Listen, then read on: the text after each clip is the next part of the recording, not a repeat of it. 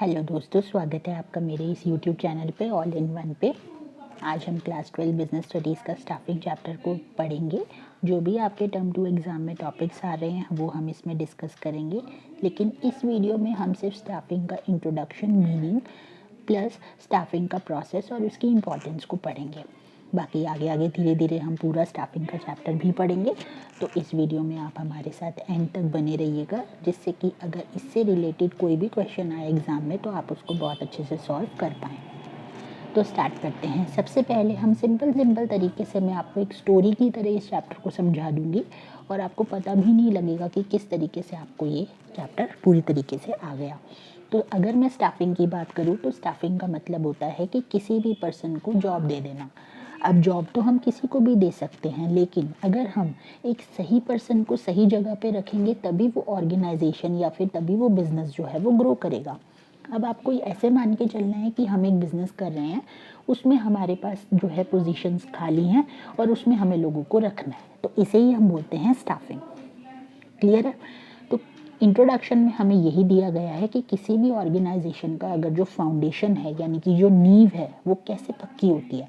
अगर हम ऑर्गेनाइजेशन में टैलेंटेड लोगों को रखें और जो मेहनती लोग हैं उनको रखा जाए, जो कि हमारी फर्म के एसेट्स हैं। क्लियर है? इसीलिए एक ऑर्गेनाइजेशन का ऑब्जेक्टिव तभी अचीव हो सकता है जब हम सही लोगों को सही पोजीशन पे रखेंगे। और आपको जैसा कि पता ही होगा कि ये जो है स्टाफिंग, वो थर्ड फंक्शन है मैनेजमेंट का। सबसे पहला प्लानिंग है, ऑर्गेनाइजिंग है और थर्ड है फिर स्टाफिंग। अब मीनिंग समझते हैं। जब प्लानिंग और सिलेक्शन हो जाता है, एक ऑर्गेनाइजेशन स्ट्रक्चर तैयार किया जाता है। जब भी हम एक बिज़नेस को स्टार्ट करते हैं तो उससे पहले हम एक स्ट्रक्चर तैयार करते हैं कि किस जगह पे हमें कौन से लोग रखने हैं और कितने तरीके के लोग रखने हैं, कौन किसका बॉस होगा, कौन किसको रिपोर्ट करेगा, कौन किसका सबऑर्डिनेट होगा। ऐसा हमें स्ट्रक्चर बनाना पड़ता है। तो मैनेजमेंट का ये एक प्रोसेस है, एक पार्ट है मैनेजमेंट प्रोसेस में भी, कि हमें ऑर्गेनाइजेशन स्ट्रक्चर को ड्रॉ करना है। तो उसमें स्टाफिंग जो है बहुत ही महत्वपूर्ण रोल प्ले करता है कि लोगों को जॉब देना। अब इसमें हमारे प्रोसेस में बहुत सारी चीज़ें आती हैं स्टाफिंग के, जो कि हम स्टाफिंग प्रोसेस में पढ़ेंगे। स्टाफिंग जो है वो एक मैनेजरियल फंक्शन है जिसमें हम लोगों को भरते रहते हैं एक ऑर्गेनाइजेशन स्ट्रक्चर के मुताबिक। अगर एक न्यू एंटरप्राइज है तो स्टाफिंग फंक्शन हेल्प करता है हमारी प्लानिंग करने में। जब हम डिसाइड कर लेते हैं कि हमें क्या करना है और कैसे करना है, और जब हमारा एक ऑर्गेनाइजेशन स्ट्रक्चर तैयार हो जाता है, तो मैनेजमेंट इस पोजीशन में होता है कि उसको किस तरीके के लोगों की एंटरप्राइज में ज़रूरत है हर एक लेवल पे। जब हम नंबर डिसाइड कर लेते हैं और टाइप्स ऑफ पर्सोनल यानी कि हम एम्प्लॉयज़ डिसाइड कर लेते हैं कि हमें किस तरीके के लोग हमें सिलेक्ट करने हैं, तो मैनेजमेंट फिर आगे की एक्टिविटीज़ को स्टार्ट करता है, जैसे कि रिक्रूटमेंट, सिलेक्शन और ट्रेनिंग, जिससे कि एंटरप्राइजेज़ को जो ज़रूरत है वो पूरी तरीके से फुलफ़िल हो जाए। अब ये जो रिक्रूटमेंट, ट्रेनिंग और सिलेक्शन का मैंने आपको वर्ड्स इस्तेमाल करे हैं, ये हम प्रोसेस में समझेंगे कि इनका मीनिंग क्या है। एक एग्जिस्टिंग एंटरप्राइज है, स्टाफिंग जो है कॉन्टिन्यूस प्रोसेस है, क्योंकि हमेशा कभी भी कोई ना कोई ऑर्गेनाइजेशन में या तो लोग छोड़ के जाते रहते हैं या फिर लोग जो है कभी लीव पर चले जाते हैं, तो उस समय में हमें और लोगों की ज़रूरत होती है, तो उससे जॉब्स जो हैं वो क्रिएट होती रहती हैं और जो लोग हैं जितने भी ऑर्गेनाइजेशन में वो नए नए आते रहते हैं। तो ये थे आपका स्टाफिंग। अब इम्पॉर्टेंट समझते हैं। किसी भी ऑर्गेनाइजेशन में जो है लोगों को काम करने की ज़रूरत होती है, तो स्टाफिंग जो फंक्शन है मैनेजमेंट का, वो उस रिक्वायरमेंट को पूरा करता है जब हम सही जगह पे सही लोगों को भर्ती कर लेते हैं। स्टाफिंग एक तरीके से क्या है, पोजीशन को फिल करना एक ऑर्गेनाइजेशन स्ट्रक्चर में। और ये एक तरीके का ह्यूमन रिसोर्स जो है वो फाउंडेशन है किसी भी बिजनेस का। जैसे अभी हमने ऊपर पढ़ा, इंसान ही तो एक उस बिज़नेस को प्रॉफिट कमा के दे रहा है ना, कोई अपने आप से तो बिज़नेस में प्रॉफिट नहीं आ जाएगा। तो ऐसे ही स्टाफिंग अगर अच्छी होगी तो हमारे बिज़नेस का प्रॉफिट अच्छा होगा, क्योंकि अगर हम टैलेंटेड लोग और एक्सपीरियंस्ड लोग, क्वालिफाइड लोग रखेंगे तो हमारा ऑर्गेनाइजेशन आगे बढ़ सकता है। अब देखिए, इंपॉर्टेंट समझते हैं हम, क्या बेनिफिट हो सकते हैं अगर हम प्रॉपर स्टाफिंग करते हैं, तो क्या बेनिफिट उस ऑर्गेनाइजेशन को हो सकते हैं। सबसे पहला है कि हम जब भी एक ऐसे इंसान को ऑर्गेनाइजेशन में रखें जब उसकी ज़रूरत हो, तो उससे क्या होगा, उससे एक कॉम्पिटिटेंट पर्सनल हमें मिलेगा, यानी कि उसको अपने काम के प्रति नॉलेज होगी, प्लस उसको अपने काम की पकड़ होगी, उसको पता होगा कि मुझे किस तरीके से इस काम को करना है और ऑर्गेनाइजेशन को बेनिफिट दिलाना है। सेकंड, अगर प्रॉपर बंदे को, अगर हमने जिस पोजीशन के लिए ज़रूरत थी उसी बंदे को अगर हमने काम पे रखा तो उसकी परफॉर्मेंस अच्छी हो जाएगी। अगर हम सही पर्सन को सही जगह पे रखेंगे, देखिए मैं आपको एक एग्जांपल देती हूँ, इससे ना आपको बहुत अच्छे से क्लियर हो जाएगा कि एक्चुअली में सही पर्सन को सही जॉब पे रखने का मतलब क्या है। जैसे हम स्कूल का ही एग्जाम्पल लेते हैं, सपोज़ मान लीजिए कि एक टीचर है जिसको सिर्फ और सिर्फ इंग्लिश पढ़ानी आती है और कोई सब्जेक्ट उसको हिंदी के बारे में कोई नॉलेज ही नहीं है, उसको हिंदी बोलनी भी नहीं आती है। तो अगर मैं उसको as a Hindi teacher appoint कर दूँ तो क्या ये सही रहेगा? बट उससे क्या क्या हो सकता है, क्या क्या नुकसान हो सकते हैं? एक तो सबसे पहली बात, उस टीचर का कॉन्फिडेंस गिर जाएगा, उसको समझ ही नहीं आएगा कि मुझे हिंदी का एक अक्षर भी नहीं आता और मैं बच्चों को कैसे पढ़ाऊँगी। दूसरा क्या नुकसान होगा, बच्चे तो बिल्कुल ही अनकम्फर्ट हो जाएंगे, बच्चों को कुछ पता ही नहीं होगा, बच्चे उस टीचर को एक्सेप्ट ही नहीं कर पाएंगे क्योंकि उनको तो हिंदी पढ़ानी आती ही नहीं है। तीसरी चीज़ क्या होगी, जब टीचर सही अपॉइंट नहीं करा जाएगा सही पोजीशन के लिए और बच्चों को भी नहीं फैसिलिटी सही मिलेगी, तो क्या वो स्कूल ग्रो कर पाएगा? नहीं, कहीं ना कहीं क्या होगा, वो बच्चे, कुछ ऐसे भी बच्चे होंगे जो स्कूल भी छोड़ सकते हैं, जो कंप्लेन पे कंप्लेन कर सकते हैं। उससे हमारा क्या होगा, हमारे रिसोर्सेज वेस्ट होंगे, हमारा टाइम वेस्ट होगा, हमारे पैसे वेस्ट होंगे। तो इसीलिए हमें स्टाफिंग जो है वो प्रॉपर अच्छे से करनी चाहिए। अगर जिस टीचर को जो सब्जेक्ट पढ़ाना आता है हम उसको उसी के लिए अपॉइंट करें तो उससे क्या होगा, टीचर का मोराल भी बढ़ेगा, टीचर को मोटिवेशन मिलेगा, बच्चे भी खुश होंगे, स्कूल भी अच्छे से ग्रो करेगा और हमारा रिजल्ट्स भी अच्छे आएंगे। तो अब आप अच्छे से समझ गए होंगे। तो ये बेनिफिट्स जो हैं ऑर्गेनाइजेशन को मिलते हैं। सबसे पहले कॉम्पिटिटिव पर्सोनल मिल जाता है। दूसरा, अगर कॉम्पिटिटिव पर्सोनल मिल जाए तो उसकी परफॉर्मेंस जो है वो बहुत अच्छी हो जाती है क्योंकि हम सही पर्सन को सही जगह पे रख देते हैं। तीसरा, उससे क्या होगा, अब देखिए मैंने अभी बताया ना, स्कूल को भी तो ग्रोथ मिलेगी, ऐसी ऑर्गेनाइजेशन को भी तो ग्रोथ मिलेगी। अगर हम सही पर्सन को सही जगह पे रख देंगे तो एंटरप्राइज जो है वो ज़्यादा से ज़्यादा डेवलप करेगा। फिर क्या होगा, हमारे जो ह्यूमन रिसोर्सेज हैं वो पूरी तरीके से यूटिलाइज हो जाएंगे, कभी भी काम में रुकावट नहीं आएगी, प्रॉपर तरीके से हर काम चलता रहेगा अगर हम सही इंसान को सही जगह पे रखेंगे तो। और प्लस वो जो इंसान को हमने रखा है उसको भी तो जॉब सेटिस्फैक्शन मिलेगी। ऐसा होता है, देखिए आप सब भी समझिए, अगर आपके अंदर किसी चीज़ का पैशन है और वही सेम जॉब अगर आपको मिल जाती है तो आप खुशी से जब आप उस काम को करने लगते हैं तो गारंटीड है कि आप उसमें वंडर्स करते हैं, मतलब आप उसमें इतना अच्छा परफॉर्म करते हैं और आपके उसके रिजल्ट्स भी बहुत अच्छे आते हैं, तो उससे आप सेटिस्फाइड भी रहते हैं। इसलिए स्टाफिंग फंक्शन को जो है बहुत अच्छे से एफिशिएंटली हर एक ऑर्गेनाइजेशन में काम में लाना चाहिए। अगर सही तरीके के एम्प्लॉयज़ अवेलेबल नहीं होंगे तो इससे हमारे जो मटेरियल्स हैं, जो हमारी टाइम है, एफर्ट है, एनर्जी, वो सारी वेस्ट हो जाएंगी। इससे हमारी पुअर क्वालिटी के प्रोडक्ट्स बनेंगे, प्रोडक्टिविटी हमारी कम हो जाएगी और एंटरप्राइज कभी भी अपने प्रोडक्ट्स को सही ढंग से बेच नहीं पाएगा प्रॉफिटेबली। इसलिए ये बहुत ज़रूरी है कि राइट काइंड ऑफ पीपल जो हैं सही समय पे और सही नंबर में हमारे पास अवेलेबल हों, उनको प्रॉपर तरीके से हम ट्रेनिंग दें जिससे कि वेस्टेज ना हो। तो ये थी आपकी इम्पोर्टेंस। ये जो staffing as a part of human resource management है ये आपका कट है। तो अब आ जाते हैं हम स्टाफिंग प्रोसेस पे। अब आप सब जानते हैं कि प्रोसेस जो है वो बहुत इंपॉर्टेंट होता है और प्रोसेस में जो पॉइंट्स हैं वो सीक्वेंस में चलते हैं, कभी भी हम उनको आगे पीछे नहीं कर सकते हैं। तो सिंपल तरीके से समझेंगे, मैं आपको एक स्टोरी की तरह समझाती हूँ। सबसे पहला है estimating the man power requirement. जब भी आप स्टाफिंग करने जा रहे हैं, सपोज मान लीजिए हम एक बिज़नेस स्टार्ट कर रहे हैं, वहाँ पे हम लोगों को रखने वाले हैं, हमारे पास पोजीशंस खाली हैं, तो अब हमें लोगों को रखना है। तो सबसे पहला हमारा काम क्या होगा, estimating the man power requirement. मतलब कि हमें ये देखना होगा जब हम ऑर्गेनाइजेशनल स्ट्रक्चर को ड्रॉ कर रहे हैं, यानी कि जब हमने अपना बिजनेस स्टार्ट कर दिया है, तो उसमें हमें ये देखना होगा कि हमें कितने लोगों की ज़रूरत है और किस टाइप के लोगों की ज़रूरत है। तो यही estimating the man power requirement है।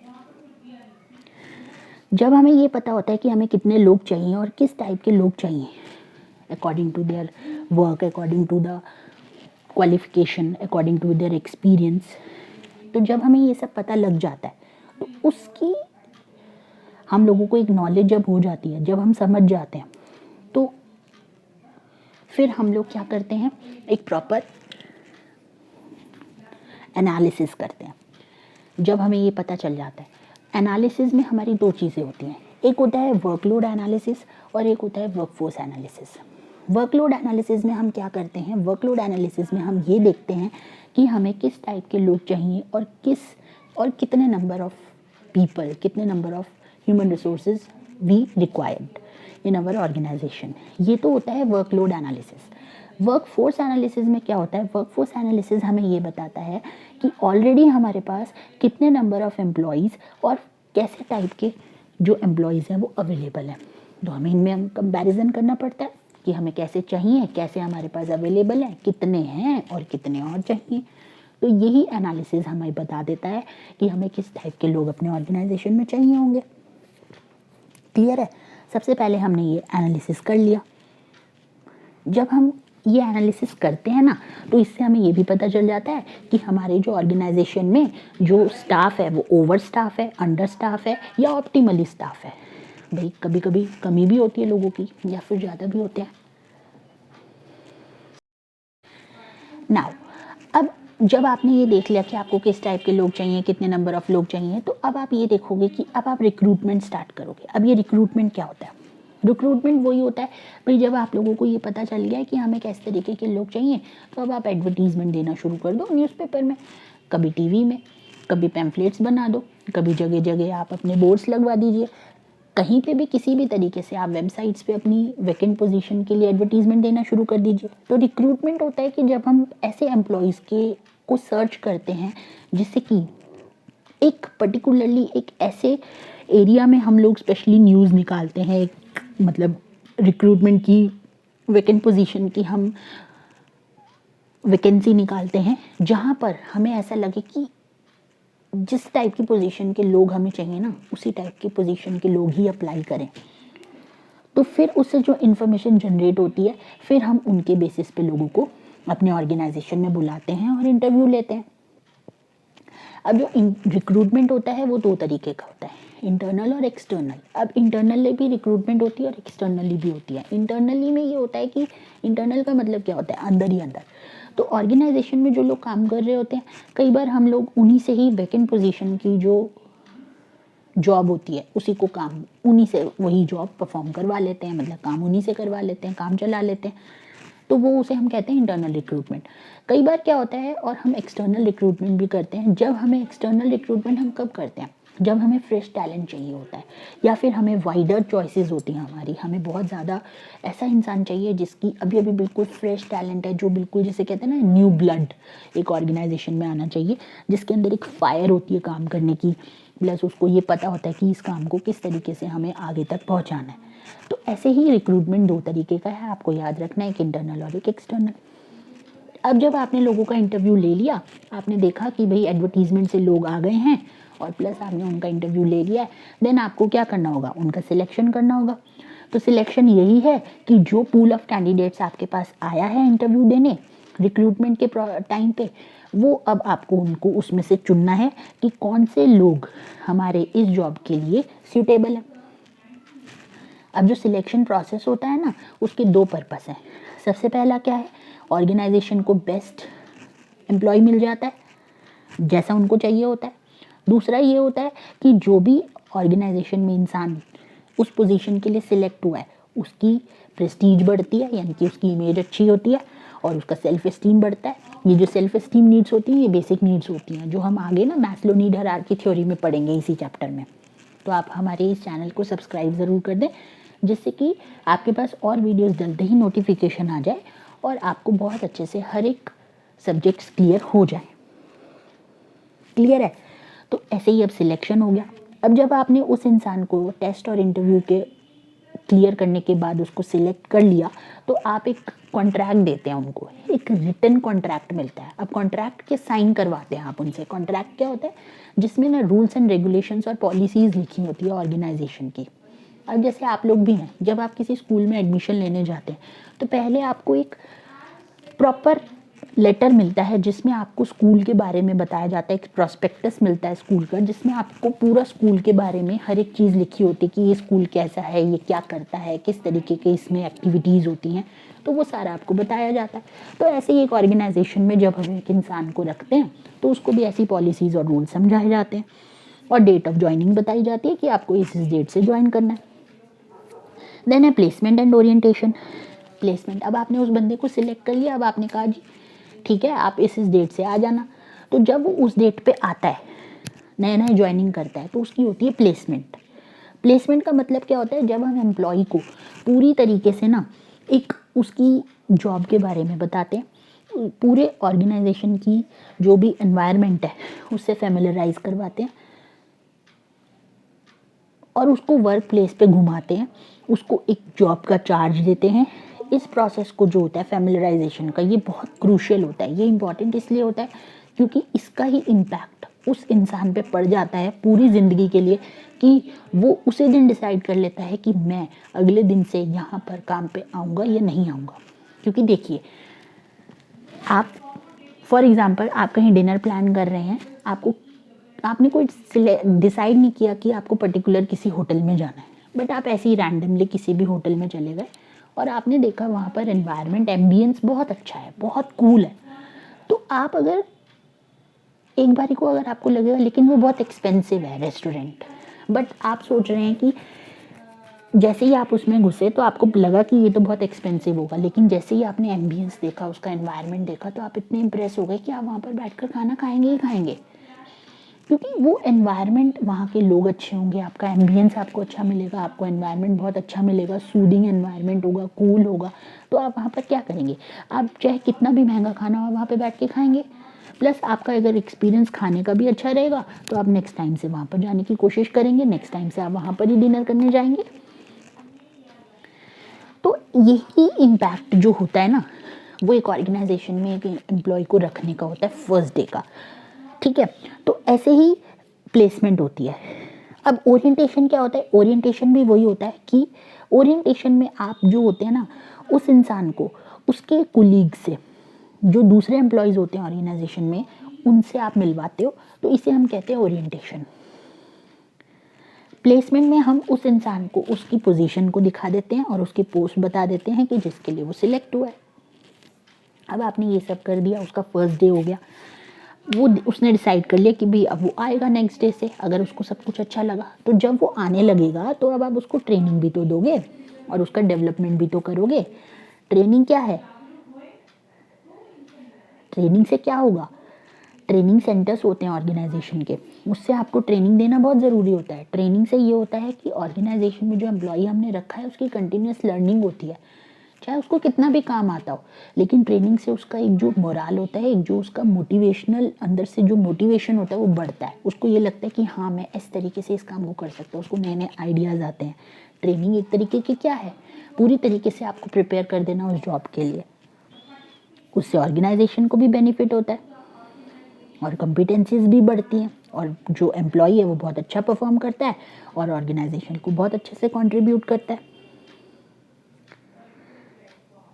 प्लस अगर आप ट्रेनिंग बहुत अच्छी देते हैं तो ऑर्गेनाइजेशन में एक बेनिफिट और होता है, वो ये होता है कि ऑर्गेनाइजेशन जो है ना ज़्यादा से ज़्यादा लोगों को अट्रैक्ट करती है, टैलेंटेड पीपल वहाँ पर फिर रहते हैं क्योंकि आपने ट्रेनिंग बहुत अच्छी प्रोवाइड करी उनको। ऐसे ऐसे कई ऑर्गेनाइजेशन में क्या होता है, अलग से ह्यूमन रिसोर्स डिपार्टमेंट होते हैं जो कि सारा स्टाफिंग फंक्शन देखते हैं, लेकिन जो छोटे ऑर्गेनाइजेशन होते हैं ना, वहाँ पर लाइन मैनेजर को ही सारे मैनेजमेंट के फंक्शंस परफॉर्म करने पड़ते हैं। क्लियर है नाउ। अब जब आपने उनको ट्रेनिंग दे दी, डेवलपमेंट हो गया, ट्रेनिंग से ही तो डेवलपमेंट होगा। ट्रेनिंग जो है वो एक छोटा पार्ट है, ट्रेनिंग तो आप वही देते हैं जिस काम के लिए, जिस पोस्ट के लिए आपने उस इंसान को रखा है, बट डेवलपमेंट तो ओवरऑल होगा। जब आप उस इंसान को एक छोटा सा काम सिखाएंगे तो उससे डेवलपमेंट कैसे होगा, वो मेंटली भी डेवलप होगा, फाइनेंशियली भी डेवलप होगा, क्योंकि जब उसका मेंटल स्टेटस डेवलप हो गया, यानी कि उसको नए नए तरीके सूझने लगेंगे काम करने के, तो ऑब्वियसली वो पैसा भी अच्छा कमाने की सोचेगा, और पैसा भी अच्छा कमाना उसको आ जाएगा, उसको ट्रिक्स आ जाएंगी। तो ये एक तरीके का डेवलपमेंट है, उसका माइंड का भी डेवलपमेंट हुआ। तो डेवलपमेंट जो होता है वो ओवरऑल होता है, बट ट्रेनिंग जो होती है एक पर्टिकुलर चीज़ के लिए होती है। जब आपने उस काम इंसान को काम सिखा दिया, अब आपने उसको प्रॉपर सीट दे दी और उसको काम भी आ गया, तो अब आप उसकी परफॉर्मेंस को चेक करेंगे, उसे हम बोलते हैं परफॉर्मेंस अप्रेजल। जब एम्प्लॉयज़ को ट्रेनिंग के बाद जॉब पे रखा जाता है कुछ टाइम के लिए, तो हमें उसकी परफॉर्मेंस को इवैल्यूएट भी करना होता है। हर एक ऑर्गेनाइजेशन में कुछ फॉर्मल और इनफॉर्मल मीन्स होते हैं जिससे एम्प्लॉयज़ की परफॉर्मेंस को अप्रेज किया जाता है।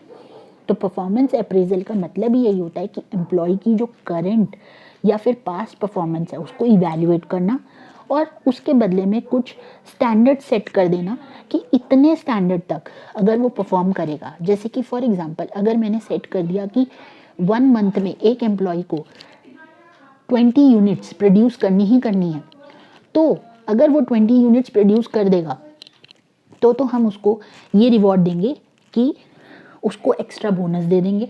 अगर वो 5% बोनस दे देंगे लेट्स से, और अगर 20 से ऊपर यूनिट्स बना देगा तो हम उसको 10% बोनस दे देंगे। तो इस तरीके के ना स्टैंडर्ड सेट होते हैं हर एक ऑर्गेनाइजेशन में कि उनको कितना बोनस देना है, कैसे उनको अप्रेज करना है, कैसे फीडबैक देना है।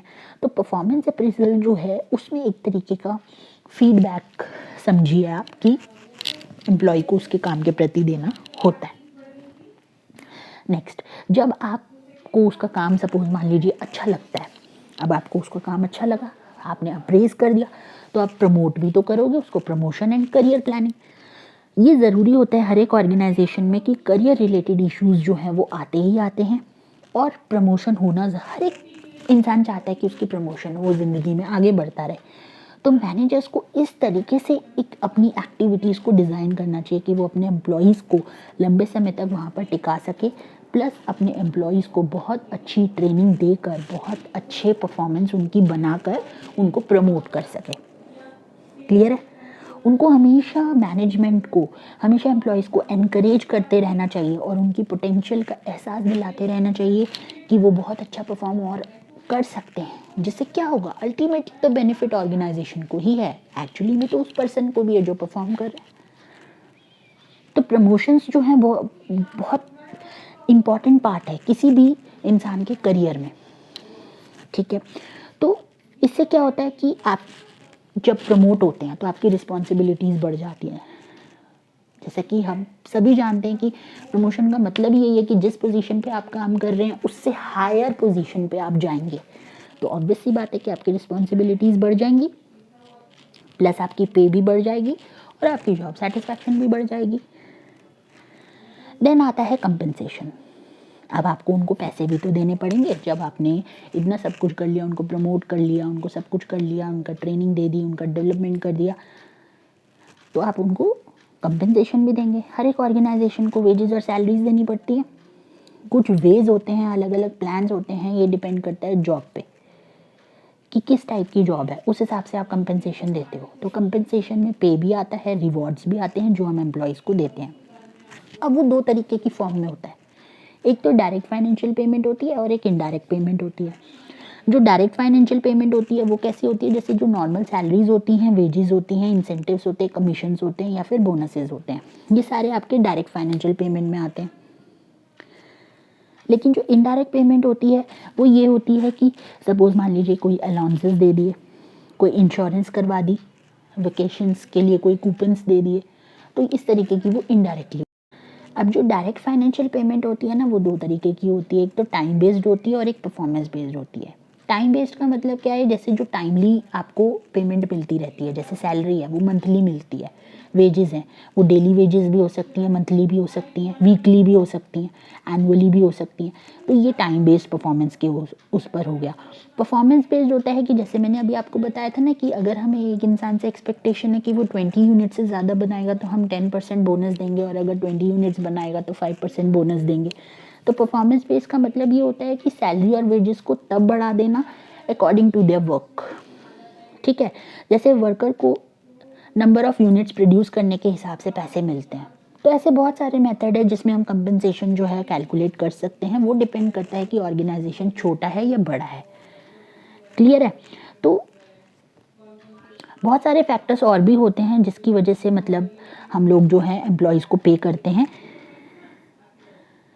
तो ये ध्यान में रखने की ज़रूरत है कि बहुत सारे फैक्टर्स होते हैं, वो डिपेंड करते हैं कि हम किस तरीके से एम्प्लॉय को बोनस देते हैं, कैसे उनका कंपनसेशन पे करते हैं।